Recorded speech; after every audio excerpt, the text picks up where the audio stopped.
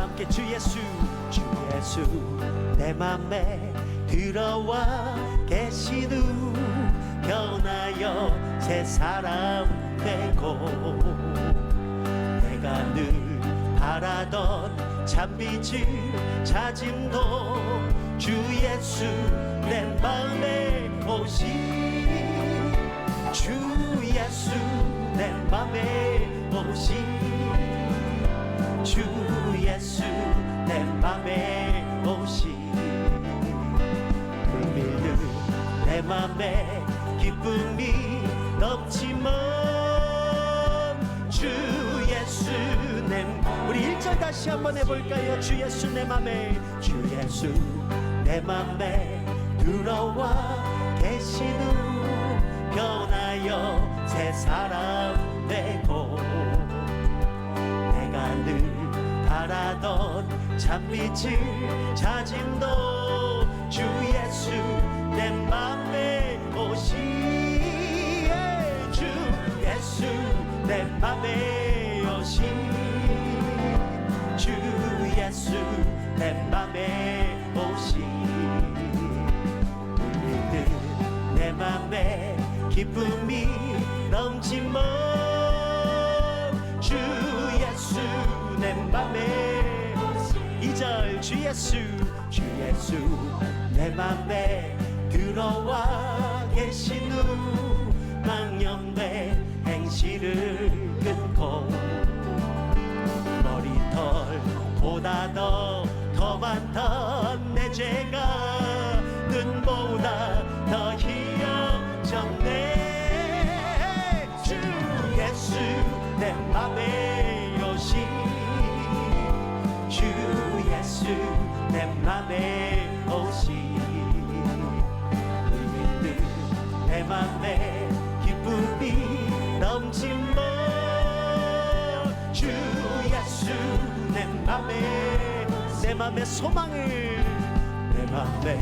소망을 든든히 가지고 주 예수 내 맘에 오시 의심의 구름이 사라져 예수님 주 예수 내 맘에 오세 주 예수 내 맘에 오시 주 예수 내 맘에 오시 울릴 듯 내 맘에 기쁨에 넘치면 주 예수 내 맘에 사막의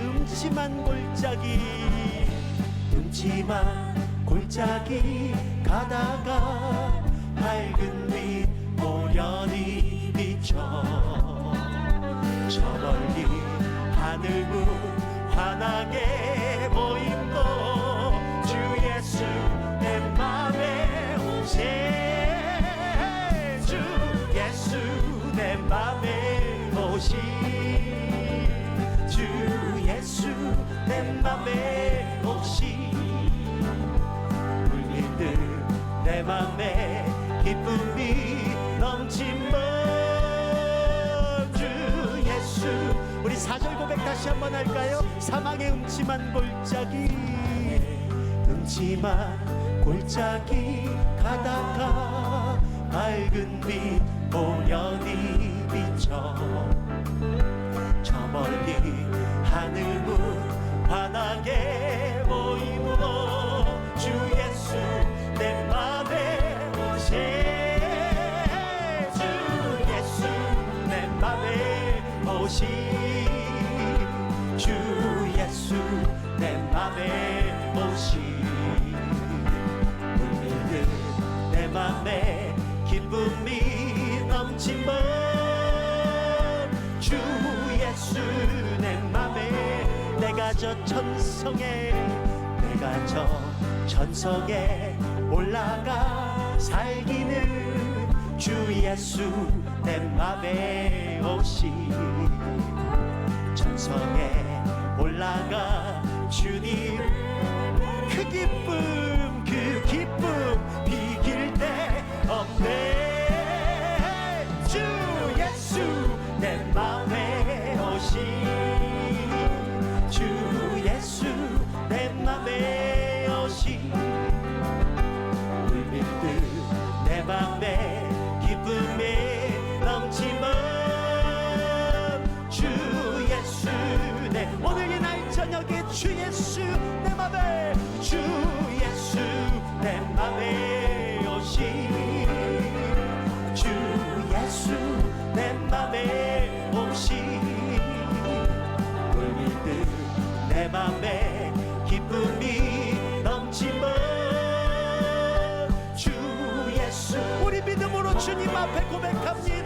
주 예수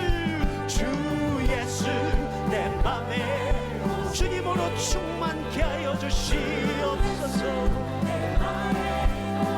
아멘 아멘.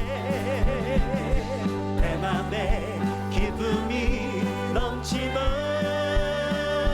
주 예수 내 맘에 오시. 할렐루야.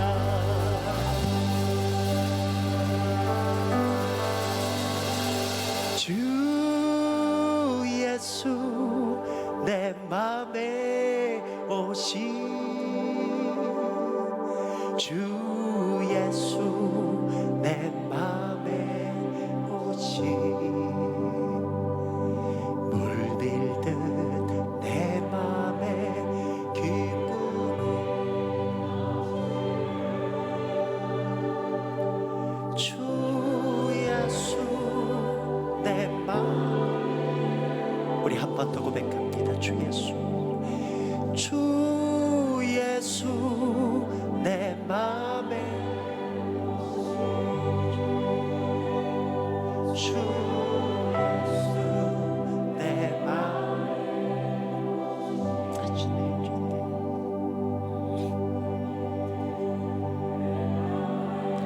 기쁨이 넘치는 주 예수.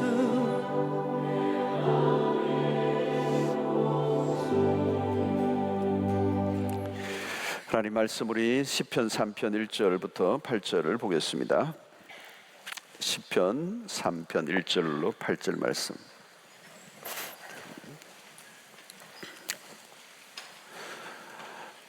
자, 우리 함께 읽겠습니다. 시작. 여호와여 나의 대적이 어찌 그리 많은지요. 이르는 나를 치는 자가 많으니이다. 많은 사람이 나를 대적하여 말하기를 그는 하나님께 구원을 받지 못한다 하나이다. 여호와여 주는 나의 방패시오 나의 영광이시오 나의 머리를 드시는 자신이다. 내가 나의 목소리로 여호와께 부르짖으니 그의 성산에서 응답하시는도다. 내가 누워 자고 깨었으니 여호와께서 나를 붙드심이로다. 천만인이 나를 에워싸 진친다 하여도 나는 두려워하지 아니하리이다. 여호와여 일어나소서. 나의 하나님이여 나를 구원하소서. 주께서 나의 모든 원수의 뺨을 치시며 악인의 일을 꺾으셨나이다. 구원은 여호와께 있사오니 주의 복을 주의 백성에게 내리소서. 아멘. 자, 오늘 이 시편 3편은 앞부분에 어떤 시인가를 먼저 소개하고 있죠. 앞에 뭐가 붙어 있으면 갈로 치고 뭐가 있습니까? 다윗이 그의 아들 압살롬을 피할 때 지은 시다. 아들의 반역으로 인하여서 지은 시다. 뭐 이것은 피하면서 지은 시일 수도 있고 또 한참 세월이 지난 이후에 그 반역을 떠올리면서 지은 시일 수도 있겠습니다. 다윗의 인생은 파란만장해요. 굉장히 파란만장해요. 인생의 롤러코스터를 많이 탔어요. 참 파란만장. 여러분 성경의 인물 중에 이 다윗만큼 이름이 많이 나온 사람이 없어요. 그리고 엄청나게 이 분량이 할애된 사람. 그런데 그의 인생에 파란만장해. 하나님의 사랑을 받았던, 하나님의 마음에 합했던, 하나님이 참 사랑했던, 또 사랑받는 자였는데 그 인생의 개인사를 보면 굉장히 우여곡절이 많아요. 오늘 이 본문의 시의 배경은 다윗의 인생이 가장 가슴 아픈 사건이죠. 가장 가슴 아픈 사건. 아들의 반역을 받고 반역을 통해서 도망을 치는 다윗을 한번 상상해 보십시오. 아들이, 그것도 사랑하는 아들이, 사랑했던 그 아들이 반역하는 거예요. 참 기가 막힌 거죠. 여러분 우리 인생의 고통 가운데 가족과의 관계의 고통이 가장 커요. 뭐 다른 거는 뭐 안 보면 되잖아요, 그죠? 뭐 도망가면 되고 피하면 되는데 이 가족 관계는 피할 수가 없어. 그게 가장 큰 거죠. 다윗의 개인사에 불행한 일들이 많았는데요. 특별히 이 자녀들이 많이 죽었어요. 이 바세바와에서 낳은 아이가 있잖아요. 그때 그 바세바와의 관계를 통해서 낳은 첫 번째 아들은 죽었잖아요. 그죠? 1년 정도 후에 죽습니다. 나중에 장남 암논도 살해되잖아요. 그죠? 예. 그리고 압살롬의 반역 이후에 압살롬도 마지막에 비참하게 죽죠. 돌무더기에 압살당해요. 예, 압살. 비참하게 죽어요. 예, 이 아들의 반역, 이 아들의 반역이 극도의 고통이었습니다. 인생 살면서 가장 험악한 꼴은 뭐냐면 부모와 자녀와의 전쟁입니다. 인생의 가장 큰 공경이죠.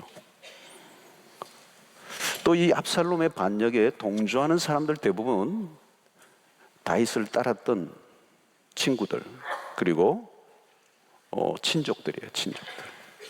굉장히 뼈아픈 공경입니다. 그러니까 이 시편 3편은 다윗의 인생의 가장 극도의 공경에 처했을 때 지은 시라고 보면 되겠습니다.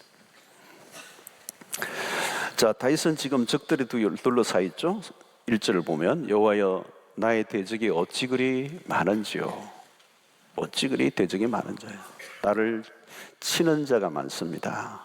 그렇게 얘기하는 거죠.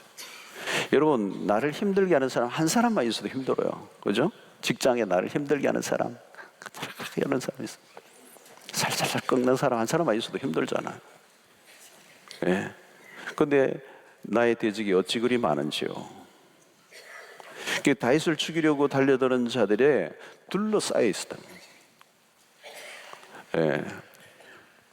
근데 그들이 누구예요? 전에는 다윗을 따르던 사람들이었어요. 다윗을 따르던 사람인데 이제는 다른 편에서 다윗을 공격하는 자들이 되었다. 자, 이런 삶이란 그런 거예요. 한때는 친구였는데, 한때는 참 둘도 없는 친구였는데, 한때는 아군이었는데 나중엔 적이 되는 거예요. 그런 것들이 굉장히 많죠, 여러분. 그래서 영원한 친구도 없고 영원한 적도 없다 그러죠, 세상에는. 자, 여러분, 이게 뭐냐면 결국은 이 압살롬의 반역은 편가르기의 싸움이에요. 편가르기. 우리 인생은 끊임없이 편가르기가 있어요. 참 무섭죠. 그래서 우리는 뭐예요? 무슨 경쟁합니까? 평판, 인기, 또 사람들로부터의 인정을 더 많이 받기 위해서 전쟁을 치르죠. 이번에 선거도 막 그런 거죠, 사실은. 정치인들은 자기 이름을 위해 생명을 걸죠. 기업인들은 자기의 만든 상품을 가지고 사활을 겁니다. 연예인은 자신의 외모와 작품으로 인기를 얼마나 얻을 건가, 그게 관건이죠. 식당을 하는 분들도 마찬가지. 주변의 경쟁 식당들과 치열한 경쟁을 하는 거죠, 여러분. 생존 경쟁. 죽느냐 사느냐. 어느 쪽에 새가 더 많은가? 예, 어디 가나 벌어지는 싸움입니다. 다윗도 여러분 일찍이 백성들로부터 들었던 평가가 있습니다. 골리앗과의 싸움의 이후에 사울이 죽인 자는 천천히요, 다윗은 만만히로다. 예, 이거 엄청난 것이죠. 그래서 다윗이 조작한 것이 아니고 골리앗 사건을 통해서 자연스럽게 만들어진 분위기였습니다. 누가 여론을 조작하지 않았어요. 정치는 어느 정도 여론을 조작해요. 인위적인 것이 들어가고 그 안에 음모가 들어가는 거죠. 그러나 지금은 아니에요. 아들 압살롬이 민심을 조작하여서 백성들의 마음을 돌이키게 한 것입니다. 자, 여러분, 여기서 우리는 민심이란 뭐냐? 백성들의 마음은 바란 것 같은 거예요. 향방이 어디로 향할지 몰라요. 이 민심은 늘 움직이는 거죠. 얼굴이 없어요, 민심은. 사람들로부터 평가를 받으며 살아가는 사람들은 그 민심을 어떻게 할 건가에 그게 늘 불안한 거죠. 왜? 바람처럼 움직이기 때문에. 여러분, 사람들의 마음을 붙잡아 놓을 수가 있겠습니까? 못 잡아 놓을 수가 없습니다. 사울은 천천히요, 다윗은 만만히로다 할 때 다윗의 지지율은 90%였어요. 근데 지금 뭐예요? 아들을 지지하는 자들이 구름대처럼 일어난 것입니다. 자, 다윗에게 들려오는 소리가 위협적이죠. 2절을 보면 많은 사람이 나를 대적하여 말하기를 그는 하나님께 구원을 받지 못한다 하나이다. 이 백성들로부터 그 반대편의 사람들이 주는 소리죠. 예, 조롱입니다. 조롱. 그 조롱인데 그는 하나님에게 구원을 받지 못한다. 이 말은 뭐냐면 하나님은 우리의 편이라는 거죠.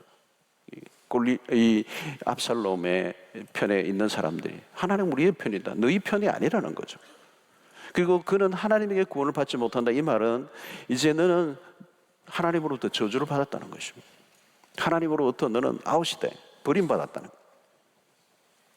자, 압살롬을 따르는 반란군들이 다윗의 목을 조여옵니다. 이제 다윗은 생명의 위험을 받고 있는 거죠. 최악의 상태에 빠졌습니다. 완전히 사면초가예요. 자, 이 상황에서 다윗이 이런 고백을 합니다. 오늘 6절에 아주 멋있는 표현이 하나 나와요. 천만인이 나를 에워싸 진친다 하여도 나는 두려워하지 아니하리다. 와, 멋있는 얘기를 했어요. 천만인이 나를 에워싸 진친다 할지라도. 이 앞부분에 뭐예요? 나를 대적하는 자들이 너무 많습니다, 하나님. 근데 지금 6절의 고백이 바뀌었어요. 천만인이 나를 에워싸 진친다 하여도 나는 두려워하지 않는다는 거예요.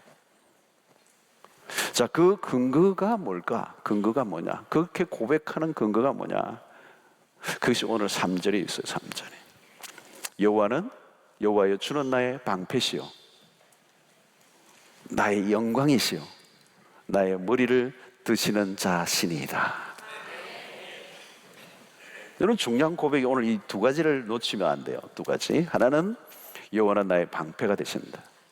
두 번째는 뭐? 여호와는 나의 영광이시다. 자, 여기서 우리는 첫 번째 생각할 것은 다윗은 자신의 군사력이나 능력을 이제 의지하지 않는다는 거예요. 자신의 왕권이 보세요. 한순간에 흔들리잖아요. 한순간에 왕권이 흔들리는 거예요. 그 주변에 조공을 받을 정도로 이스라엘이 태평성대를 누리고 정말 이스라엘의 정점에 올랐던 그 왕가가 한순간에 무너져요. 그것도 누구에 의해서요? 아들에 의해서. 여러분, 인간이 만든 보호막이라고 하는 것은 그런 거라는 거죠. 내가 지키려고 하는 거, 내가 보호막을 쌓고 만드는 것은 허접하다는 거죠. 언제나 여러분 적수가 나타나요. 내가 잘 방패를 만들었다고 생각하는데 구멍이 나는 거예요. 여러분, 인간은 아무리 완벽하게 만들어도 100%는 할 수가 없어요. 완벽해도 99%예요. 99.9%는 할 수는 있을지 몰라요. 100%는 안 돼요. 그런데 0.1%의 그 텀이 무너지는 거예요. 골리앗을 보십시오. 골리앗이 얼마나 대단합니까? 창이 얼마나 크고 얼마나 완벽한 무장을 했겠습니까? 근데 여기에 틈이 있는 거예요. 다윗의 돌팔매 질에 쫙 맞아서 쓰러지는 거예요.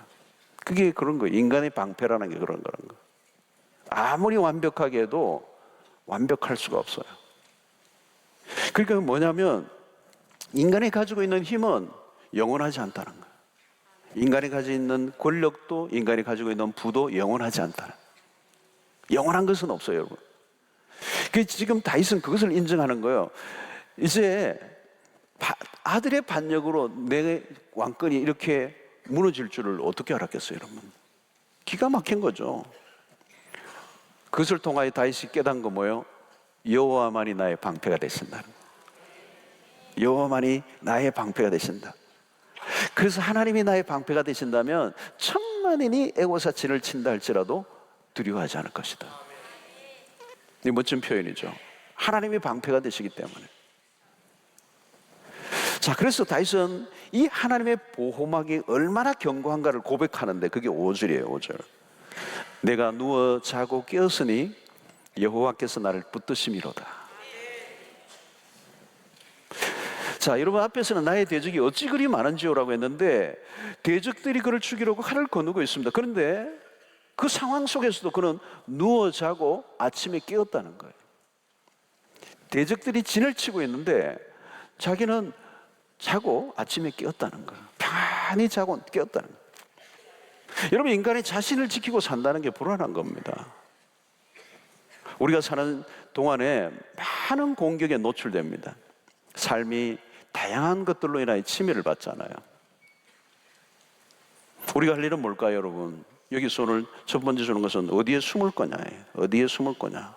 숨을 곳에 숨어야 하잖아요. 자신을 보호해 줄 곳이 아닌데 숨으면 그게 망하는 거잖아요. 여러분, 평안은 우리가 스스로 만들어낼 수가 없어요. 하나님이 주신다는 거죠. 오늘 다윗은 자기가 눕고 깨어나는 거, 아침에 이 깨어난 것은 여호와께서 붙들어 주심 때문이라는 거예요. 여호와께서. 다윗은 지금 환난 날에 하나님께 숨었습니다. 그는 이미 사울의 그 위협으로 쫓겨다닐 때부터 이것을 경험했어요. 그 시편의 많은 부분은 여호와는 나의 산성이고 나의 피난처고, 피난처라는 거죠. 피난처. 그래서 이것이 시편에 자주 등장하는 부분입니다.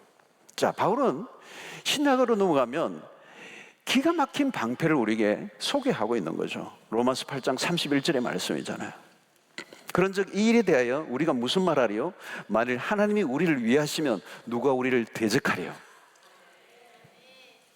자, 여러분, 하나님이 우리를 위하시면 누가 우리를 대적하리요? 대적하리요. 자, 그러면 그 하나님이 어떤 하나님이시죠? 32절에 잘 소개하고 있어요. 32절 한번 같이 읽어보죠. 시작. 자기 아들을 아끼지 아니하시고 우리 모든 사람을 위하여 내주시니가 어찌 그 아들과 함께 모든 것을 우리에게 주시지 않아야겠느냐. 아들을 아끼지 아니하시고 우리를 위해 내어주신 하나님이 우리를 위하시면 누가 감히 우리를 대적하리요, 이 말이에요. 그러니까 우리를 지키시는 분이 누구냐? 하나님이신데 그분은 자기 아들까지도 아끼지 아니하시고 우리를 위해 내어주신 분이라는 거예요. 그런 우리를 하나님이 어찌 지키지 아니하시겠느냐, 이 말이죠. 그러면서 바울은 이렇게 선포하는 거예요. 8장 37절이에요.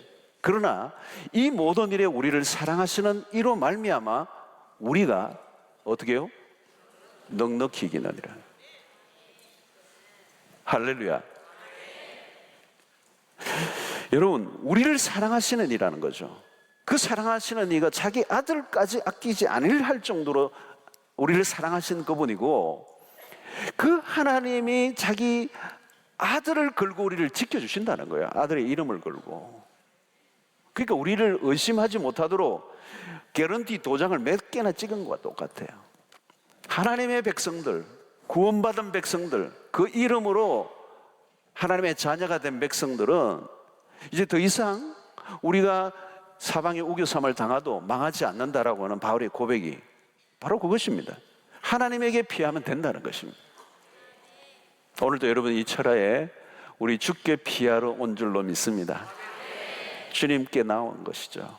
주님만이 나의 소망이고 나의 피난처고 나의 산성이고 나의 소망이고 나의 보호가 되십니다. 하나님이 지켜주시는 거예요. 사람이 지켜주지 않는다는 거예요. 사람이 지켜요? 아들이 반역을 하는데요. 우리의 모든 보호막은 허접한 것입니다. 오직 하나님만이 우리의 완전한 보호자가 되심을 믿으시기를 축원합니다. 자, 여기에 그 다음의 문제를 조금 더 우리가 더 심도 있게 살펴봐야 돼요. 다윗은 여호와는 나의 방패시요, 그 다음에 한 말이 중요해요. 나의 영광이시라는 거예요. 자, 여러분, 다윗은 지금 이미 왕궁에서 피신을 했습니다. 이게 얼마나 기가 막히겠어요, 여러분. 그 왕궁이 뭐예요? 왕실이 뭐예요? 왕자가 뭡니까, 여러분? 그 홀을 쥐고 있는 그 왕이라는 건요, 요즘의 대통령하고는 비교가 안 되는 거예요. 이 절대 왕권의 시대의 왕이라고 하는 그 보좌, 그 가지고 있는 홀, 그 왕관, 영광이 영광. 인간의 삶에서 최고의 정점에 올라가 있는 거죠. 근데 그것을 버려두고 도망을 친 거예요. 화려했던 왕의 영광이 한순간에 곤두박질을 치는 거예요. 여러분, 이게 세상에서 우리가 늘 보는 풍경입니다. 세상에 영웅호걸이 어디 있습니까? 높이 올라갈수록 떨어질 때 낙차가 커요. 세상의 영광의 헛됨입니다. 세상의 영광의 헛됨. 여러분, 누가 나를 알아주고 안 알아주고에 너무 목을 매지 마세요.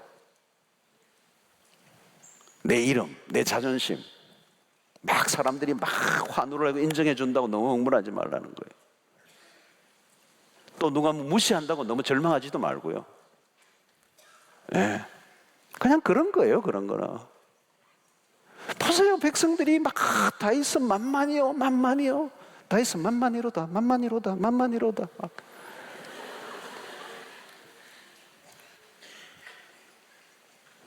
사람들의 지지나 인정이 중요하긴 하지만 그게 매달리면 안 된다는 거예요.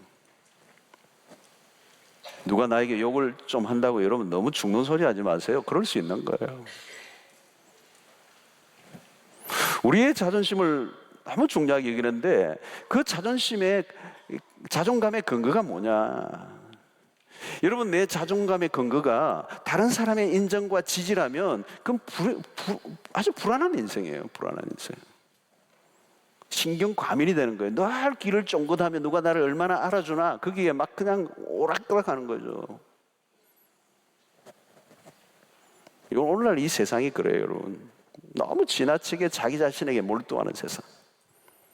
조금 무시되면 막 죽는다 그러고요. 조금 띄워주면 막 해 그러고. 여러분, 자존감의 근거가 어디로부터 오는 것입니까? 가진 돈입니까? 사회적 신분입니까? 아니면 학력입니까? 아니면 다른 사람들의 인정입니까?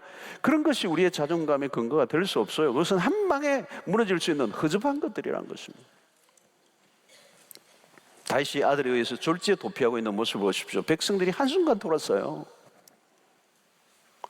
우리의 자존감의 근거는 오직 하나님이어야지 사람들의 평판이 되어서는 안 된다는 거예요.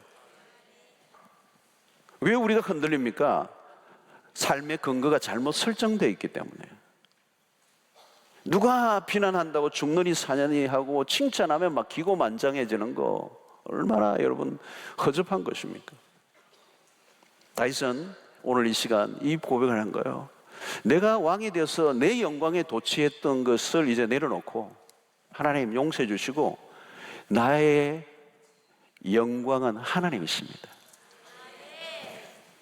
그 고백을 하는 거예요, 여러분. 그 말은 뭐냐면 다윗의 이제 존재의 근거는 자신의 이름과 영광이 아니고 하나님이라는 거예요. 하나님이라는 거. 내 이름이 높아지고 낮아지고 그게 문제가 아니라는 거예요. 하나님만이 나의 영광이 되십니다. 하나님이 나의 영광이라는 고백은 매우 중요해요. 내 존재의 가치가 오직 나의 영광이 아니고 하나님의 영광이에요. 여러분, 여기에서 빗나가면 안 돼요. 여러분, 여기에서 빗나가면 안 돼요. 가끔 여러분 이단들 보면, 사이비 교주들 보면요, 특징이 있는데 자기 영광을 추구하는 거예요. 막 이렇게 하는데 처음에는 되는데 유린을 하다가 나중에 가면 자기에게로 집중을 시키는 거예요. 그게 이단들. 사이비 사쿠라 나이로 자기에게로 초점을 맞추는 거예요. 그래서 여러분 보면 사이비 교주들 뭐 집회할 때 이렇게 보면 전부 다 하얀 양복을 입고 있어요.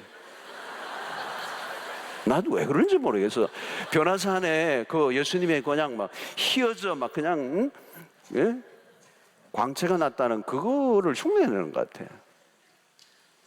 막 흰 옷 입고 흰 옷 입은 거 결혼식이나 하면 뭐 할 때는 몰라도 그 교주들 보면 꼭 하얀 옷 입었더라고요. 뭐 100마를 타고 오는 것 같이 그렇게 웃기는 거죠, 여러분. 여러분, 다윗은 오늘 이 고백 속에는 뭐가 있냐면 자신도 모르게 왕으로서의 영광에 도취해 있었다는 거예요. 이 인간의 연약성입니다, 여러분. 힘을 가지면요 착각하기 쉬워요. 박수를 쳐주면 우쭐대요. 다윗은 노골적이지는 않지만 은근히 자신에 의해서 이스라엘의 평화와 번영이 이루어져 있다고 생각을 했을지도 몰라요. 여러분, 오늘날 우리의 문화의 특징이 그런 겁니다. 너가 최고가 되라, 너가 주인공이 되라, 너가 최고다. 요즘 또 자녀들도 많이 안 낳고 하나만 낳으니까 얼마나 애지중지합니까? 하나만 있으면 우상이 되기가 쉬워요. 예. 막 여러 명 있으면 막 그냥 치여가지고 막 그냥 뭐 그렇게 하는데 한 명만 있으면 자기가 최고인 줄 알죠. 예. 부모도 뭐 하나에 막 생명을 걸고 말이죠. 예. 여러분, 우리의 삶의 모든 것은 오직 하나예요. 성경을 보면 딱 하나 선명하게 있는 게 Soli Deo Gloria, 오직 하나님께 영광. 하나님만이 우리의 영광이 되신다는 거예요. 우리의 자신의 이름이나 영광을 추구하려고 하면 그 순간 내리막기라는 거예요. 내 이름, 내 자존심에 목숨을 걸지 말라는 거예요. 하나님의 영광에 목숨을 걸라는 거예요. 이 지금 다윗의 이 삶에 지금 온 이 깨달음이 이 안에 있는 것입니다. 그러므로 여러분, 누가 나를 좀 무시했다고 막 밥 안 먹고 막 이불 뒤집어 쓰고 그렇게 살지 마세요. 언제 밥을 안 먹어야 되느냐? 하나님의 영광이 훼손되거나 모욕을 당할 때, 그때 밥을 안 먹어야 돼. 내 이름이 좀 모욕을 당하고 무시를 당했다 그래가지고 밥 안 먹는 거는 그 밥 안 먹어도 사고, 그래서 좀 고생 좀 해야 되는데, 여러분 진짜 우리가 밥을 안 먹고 막 그렇게 해야 될 때는 뭐냐면 하나님의 영광이에요. 하나님의 영광이 훼손되거나 하나님의 영광이 모욕을 당할 때. 사람들이 나에 대해서 뭐라고 하는가 그거 별로 중요하지 않아요, 여러분. 하나님의 영광, 하나님의 이름, 그게 생명을 걸어야 된다는 거예요.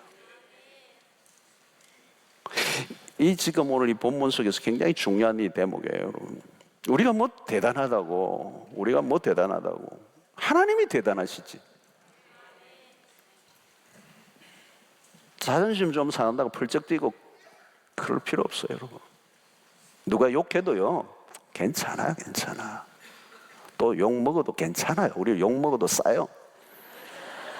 우리가 뭐 의롭다고, 뭐 잘났다고. 여러분, 다른 사람이 나를 무시하면요, 당신이 아는 만큼도 나는 안 돼. 그렇게 하면 괜찮아요. 우리가 목숨을 걸고 지켜야 할 것은 우리의 이름과 명예가 아니라 하나님의 영광이라는 것입니다. 여러분, 다윗의 생애에 가장 빛났던 부분이 언제인지 아십니까? 엘라 골짜기에서 골리앗이 하나님의 이름을 욕할 때, 만군의 여호와의 이름이 짓밟히는데 아무도 반응하지 않는 이스라엘의 백성들. 어린 소년이 들어도 이건 이상한 거예요. 어찌 만군의 여호와의 이름을 이 할례 받지 못한 이방인의 입에서 찌끄리고 있는데, 이 백성들, 하나님을 믿는다고 하는 백성들, 사울을 위시하여 모든 사람들이 가만히 있는 걸 보면서 이 어린 소년이 열받은 거예요. 그래서 나는 만군의 여호와의 이름으로 내가 나간다. 여러분, 다윗이 물맷돌 실력도 괜찮았겠지만, 다윗이 자신의 물맷돌이 완벽했다면 여러분, 물맷돌 하나만 들고 갔어야 돼요. 그거는 완전하지 않는 거예요. 승리는 하나님이 주신 거예요. 왜요? 당신의 이름을 걸고 나간 사람, 당신의 영광, 당신의 이름 때문에, 그 명예, 그를 지키고자 나간 이 다윗을 지키는 것은, 돕는 것은 하나님 당신의 이름 때문에. 여러분, 하나님은 잘난 사람을 찾지 않으세요. 잘난 사람을 찾지 않아요. 그래서 이새의 집에 가서 사무엘이 기름을 부을 때도 사무엘은 착각한 거예요. 용모가 준수한 엘리압이고 전부 다 기골이 장대하고 멋있는 거예요. 팍 불고 그 껍데기를 본 거죠. 그래서 막 기름을 부으려고 하니까 세상적으로 그렇게 겉으로 보기에 잘난 사람을 하나님 찾지 않는다는 거예요. 나의 원하는 중심을 본다는 거. 그 중심이 뭐예요, 여러분? 하나님 중심이에요. 하나님. 이런 사울이 무너진 이유가 뭡니까?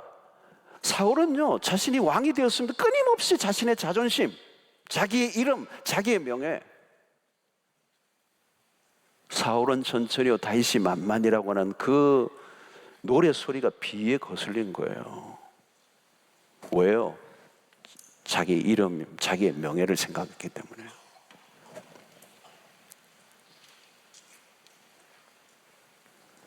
그렇게 사울은 무너지는 겁니다, 여러분.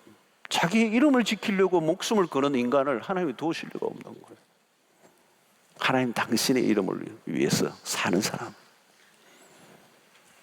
여러분, 우리는 그리스도에게서 답을 찾아요. 주님이 모델이세요. 예수의 생애의 초점은요, 딱 하나요. 하나님 아버지의 영광이에요. 요한복음 17장 1절을 보면 예수께서 이 말씀을 하시고 눈을 들어 하늘을 우러러 이르시되 아버지여 때가 이르렀사오니 아들을 영화롭게 하사 아들로 아버지를 영화롭게 하게 하옵소서. 이 예수님의 위대한 대제사장적 기도죠. 그러니까 아들로 영화롭게 하는 게 목적이 아니에요. 아들을 영화롭게 하사 아버지를 영화롭게 하옵소서. 여기서 아들을 영화롭게 하사라고 하는 이 말은 아들이 영화가 된다는 것은 이건 뭐냐면 예수 그리스도의 십자가의 죽음을 말하는 거예요. 그러니까 예수 그리스도에게 가장 영화로운 순간은 뭐냐면 십자가예요. 아버지의 뜻을 이루어 죽는 거예요. 그 죽음을 통하여 아버지의 이름을 영화롭게 하는 거예요. 사랑하는 성도 여러분, 이게 주님의 기도였어요. 주님의 기도. 이렇게 십자가가 우리에게 주신 은혜는 뭐냐면 아들은 아버지에게 영광을 돌리기 위해서 치러신 대가가 십자가라는 거예요. 그 십자가를 받아들임으로 아버지의 영광을 위하여 자신의 생애를 바친 거예요. 여러분, 이것이 구원사의 중심부에 있는 얘기예요. 그러므로 여러분, 우리의 인생은 한 가지 주목해야 됩니다. 하나님의 영광이에요. 우리 자신이 아니에요, 여러분. 우리 자신이 아니에요. 하나님의 영광을 위해 우리의 자신의 영광을 포기할 때 하나님은 우리를 붙드신다는 거예요. 왜냐하면 이 하나님의 영광이라고 하는 것은 가장 중심에 있는 것이기 때문에. 우리가 하나님의 영광에만 몰두하고 산다면 그 인생은 흔들 자가 없어요. 흔들 자가 없어요. 다윗은 일순간 이스라엘 왕으로서의 영광이 흔들렸습니다. 그가 믿고 있었던 것들이 실제가 아니라는 걸 알게 된 거죠. 백성들의 환호가 얼마나 험한 것인가를 알게 되었어요. 다윗은 아들의 반란으로 모든 것이 흔들리자 이제 본래 자리로 돌아온 거예요. 아, 내가 잘못된 길로 빠졌구나. 하나님 말이 나의 방패가 되시고 하나님 말이 영광이 되십니다. 그가 다시 하나님을 바라보고 있는 거죠. 하나님에게는 전혀 관심이 없고 온통 자기 자신에 관심을 쏟기만 하던 그가 이제 돌이켜 이 아들의 반란을 통하여 다윗의 생에 뼈아픈 교훈을 얻은 거예요. 여러분, 아들의 반란이 자신의 인생에는 굉장히 뼈아픈 고통이었지만 다윗에게 영적인 면에서는 매우 축복된 경험이었습니다. 고난은 자신도 모르게 높아진 마음을 낮출 수 있는 경험이 되었어요. 왕자에 앉아있고 모든 게 잘 갈 때는 자신감이 붙었습니다. 여러분, 바세바 사건이 뭔지 아세요, 여러분? 사무엘 하에 일어나는 바세바 사건은 다윗이 자신감이 붙었던 거예요. 왕들이 다 전쟁에 출전할 때, 옛날에는 왕들이, 요즘은 대통령이 전쟁 결정한다는 거지만 옛날에는 왕들이 그냥 앞에 나가는 거예요. 그냥 제일 전선 앞에 서는 게 왕이에요. 그게 왕이에요. 왕이 출전하는 거예요. 그래서 왕들은 일단 키가 커야 돼요.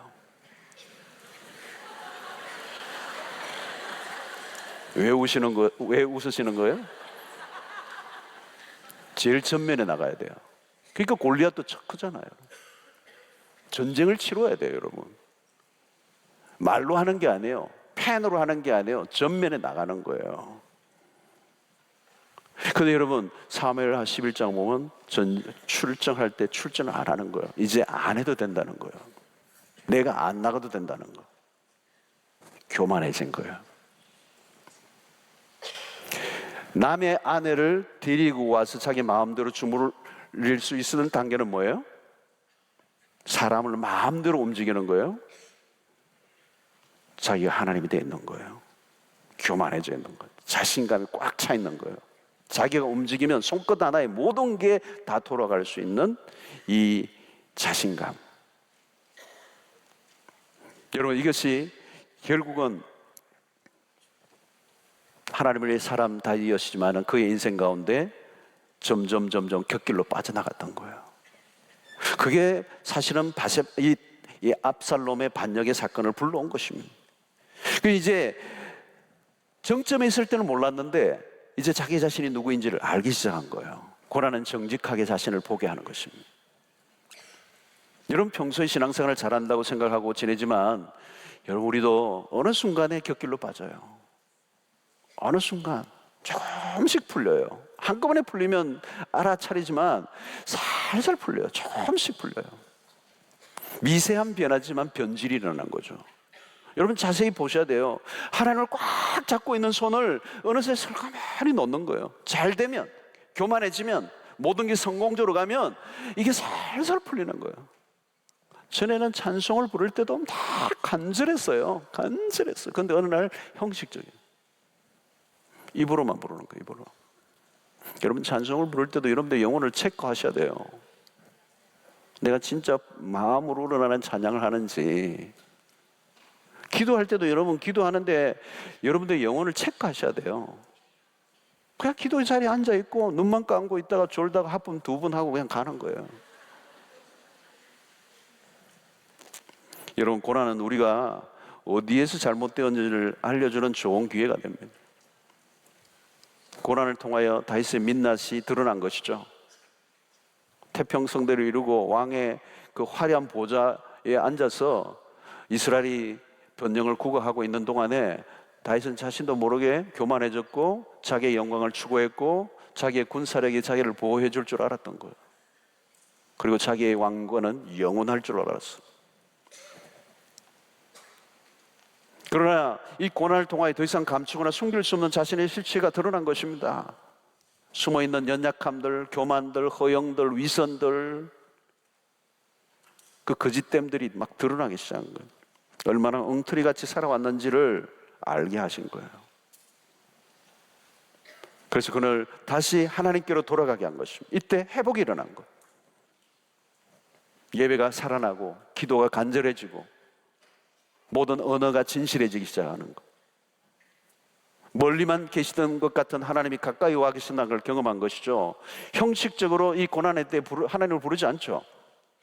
여러분, 하나님은요, 우리가 우리의 목소리만 들어도 우리의 마음과 태도를 다 아세요. 네. 겉으로 보면 왕이 아들에 대한 배척을 당한 것 같이 보이지만 깊이 들여다보면 사실은 다윗이 하나님을 배척한 거예요. 아들이 자기를 배척한 게 아니에요. 그것보다 더 심각한 것은 자기가 하나님을 배척해 온 거예요.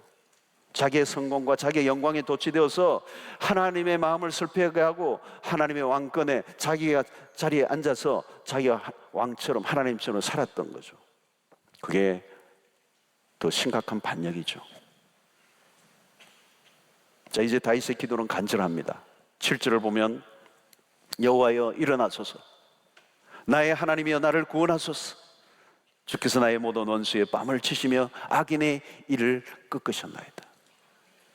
8절에 보면 구원은 여호와께 있사오니 주의 복을 주의 백성에게 내리소서. 그런 구원은 하나님으로 온다는 것입니다. 어려운 상황에 빠졌을 때 내가 문제를 해결하려고 발버둥을 치지 말라는 거예요. 그러면 더 깊은 곳으로 빠져요. 하나님께로 돌이키라는 거예요. 이 안에는 다윗의 회개가 포함되어 있는 것입니다. 자세히 들여다보면 이 본장은 회개의 시예요. 다윗의 회개가 들어있어요. 우리의 그 자신 안에 일어난 이 아픔의 사건들을 통하여 그가 놓쳤던 것들이 무엇인지를 깨닫고 이제 나의 보호는 나의 힘과 군사력과 내 왕권이 아니고 하나님이십니다. 그리고 나의 영광에 도취되었던 살았던 그 교만함을 내려놓고 하나님만이 나의 영광이 되십니다. 돌아온 것이죠, 여러분. 이게 회개예요. 회개의 시예요. 성도 여러분, 우리의 삶의 시련은 언제 찾아오는가? 하나님이 아닌 것들을 붙들고 살았던 것으로 인하여 찾아올 때가 많습니다. 하나님이 아닌 다른 것을 자신의 보호로 삼고 하나님이 아닌 자신의 영광에 몰두해 살면 어느새 하나님께서 그 삶을 흔들어 버리십니다. 그리고 그 인생이 조금씩 무너지기 시작한다는 거예요. 여러분, 하나님은 압살롬의 반역을 통해서 메시지를 주셨습니다. 물론 압살롬의 반역은 나쁜 거예요. 그러나 하나님은 그것마저도 사용하셔서 다윗을 다시 일으키시는 일에 도구로 삼으신 것. 여러분, 이 압살롬 사건을 통하여 다윗은 나중에 이 사무엘 하반을 보면 그는 굉장히 많이 성숙해져요. 훨씬 더 성숙해져요. 아들을 통해 왕권에서 일시적으로 물러나 도망을 치는 가운데 그는 하나님을 더 깊이 알게 되는, 깨달아 알게 되는 은혜를 누린 것입니다. 그리고 인간의 영광이라는 것이 얼마나 초라한 것인가, 그것을 뼈저리게 사무치게 느끼면서 그가 온전한 길로 다시 유턴한 것입니다. 다윗은 이제 하나님의 이름을 오래간만에 진솔하게 부르는 거예요. 여호와여 일어나소서, 나의 하나님이여 나를 구원해 주십시오. 성도 여러분, 최근에 하나님을 간절히 그리고 진솔하게 불러본 적이 언제입니까? 여러분, 오늘 우리는 여기에서 분명하게 점검해야 될 것은 다윗은 정말 하나님을 사랑하는 사람이었어. 하나님의 영광에 정말 몰두한 사람이었어. 근데 그도 인간이었기 때문에 그는 그 자신도 모르게 조금씩 허물어지면서 결국은 자신의 삶의 방벽이 무너진 것이 결국은 압살롬의 사건을 통하여 자신의 인생에 어마어마한 파도가 치는데, 이 압살롬의 사건은 우연히 일어난 게 아니라는 것. 자신의 삶이 조금씩 무너지고 하나님과의 관계가 무너지고 자기가 자만하고 그리고 자신의 눈에 보이는 것들을 의지했던 그 많은 것들이 어느 순간 자신의 삶을 뒤덮고 있을 때 하나님께서 그에게 압살롬이라는 사건을 통하여 그 인생을 한번 휘몰아치게 하시고 인생의 깊은 공경에 빠지게 하심으로 그가 본래의 상태로 돌아오게 하나님이 만드신 것입니다. 성도 여러분, 우리도 모르게 우리 자신의 허물어진 영역들이 어떤 것인지를 살펴보셔야 돼요. 눈에 보이는 것들을 우리가 늘 붙잡고 나도 모르게 내 안에 높아진 마음들, 하나님의 영광보다 우리 자신의 이름과 내 자신의 자존심과 내 자신의 명예에 몰두하고 살았던 것은 없습니까? 여러분, 그러면 그것을 흔드시는 거예요. 너의 이름이 중요하냐? 너가 붙들고 있는 그게 그렇게 중요한 거냐? 진짜 중요한 것은 그게 아니란다. 나의 이름, 나의 영광, 그것을 회복하기를 원한다. 사랑하는 성도 여러분, 오늘 우리의 삶의 공경을 잘 들여다보세요. 우리의 무너진 것들이 무엇인지를 살펴보셔야 돼요. 우리의 신앙생활을 그냥 생각 없이 형식적으로 우리가 하다 보면 우리도 모르게 하나님으로부터 멀어지고 그 무너진 틈 사이로 사단은 공격하고 우리의 삶에 심각한 고난들이 찾아오며 하나님께서 우리에게 경종을 울리시는 일들이 일어나게 되는 것입니다. 우리의 무너진 것들을 회복하고 하나님께로 돌아가면 그야말로 하나님께서 우리의 완벽한 보호막이 되시고 그분이 우리의 삶의 영광이 되실 때에 우리를 건드릴 자가 없는 그런 복된 인생이 될 줄로 믿습니다.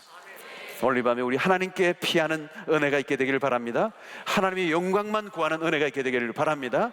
그리고 우리가 잘못됐을 때 온전히 하나님께로 돌이켜 나아가게 될 때 하나님이 우리의 산성, 하나님이 우리의 피난처, 하나님 우리의 놀라운 성루, 그리고 하나님 우리의 온전한 영광이 되실 때 우리는 승리할 줄로 믿습니다. 우리 찬양 하나 하고 기도하며 하나님 앞에 나아가도록 하겠습니다. 두 손 들고 찬양합니다. 118장 부르면서 우리 하나님 앞에 나가도록 하겠습니다.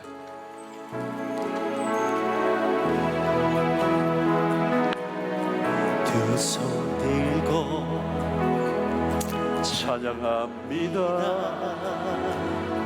다시 오실 왕 여호와께 오직 주만이 나를 다스리네.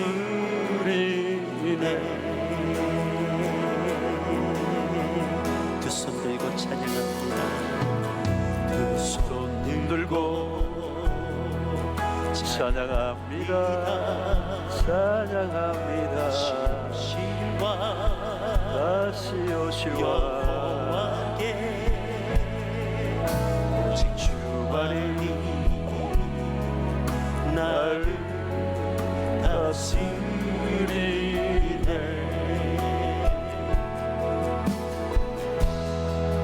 나 주님만을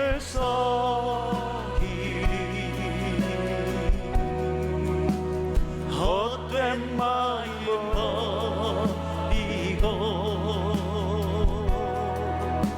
성령이여 내 영혼 충만하게 하소서.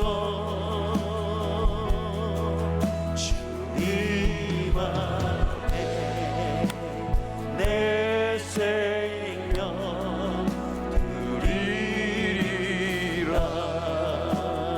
우리 한번 더 합시다. 두 손 들고 찬양합니다. 다시 오실 왕 여호와께 두 손 들고 찬양합니다. 주님만이 우리의 왕이십니다. 주님만이 우리를 다스리십니다. 오직 주만이 나를 다스리네. 아버지 나 주님만을 섬기리.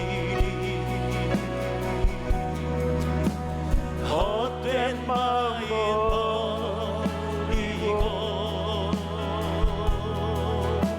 성령이여 내 영혼 충만하게 하소서. 주님 앞에 아버지 내 생명 드리리라. 나 주님만을 섬기리. 헛된 마음 버리고 나 주님만을 섬기리. 할렐루야. 헛된 마음 아버지 아버지 성령이여 내 영혼 충만하게 하소서. 주님 앞에 내 생명 드리리라. 성령이여 내 영혼 충만하게 해주시기를 원합니다. 성령이여 내 영혼 충만하게 하소서. 주님 앞에 내 생명 드리리라. 우리 이 시간의 말씀을 기억하며 하나님 앞에 간절하게 기도하겠습니다. 우리가 우리를 지킬 수 없습니다. 힘자랑 다 헛된 거예요. 하나님만이 지키십니다. 하나님만이 우리의 영광이 되셔야 합니다. 헛된 영광을 구하지 마시기를 바랍니다. 하나님의 이름에 생명을 걸고 사십시다. 하나님이 우리의 노래가 되어야 합니다. 우리 주여 세 번 외치고 간절하게 기도하며 나아가도록 하겠습니다. 주여 주여 주여